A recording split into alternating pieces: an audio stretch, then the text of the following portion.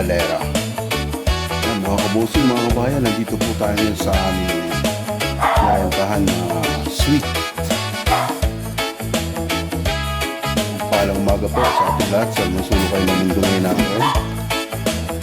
Papahinga po tayo ng 2 araw at 2 gabi.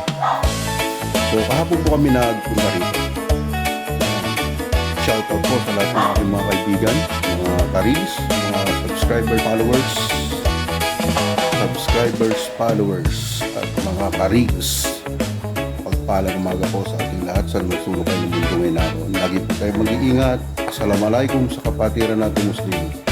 God bless. I love you all.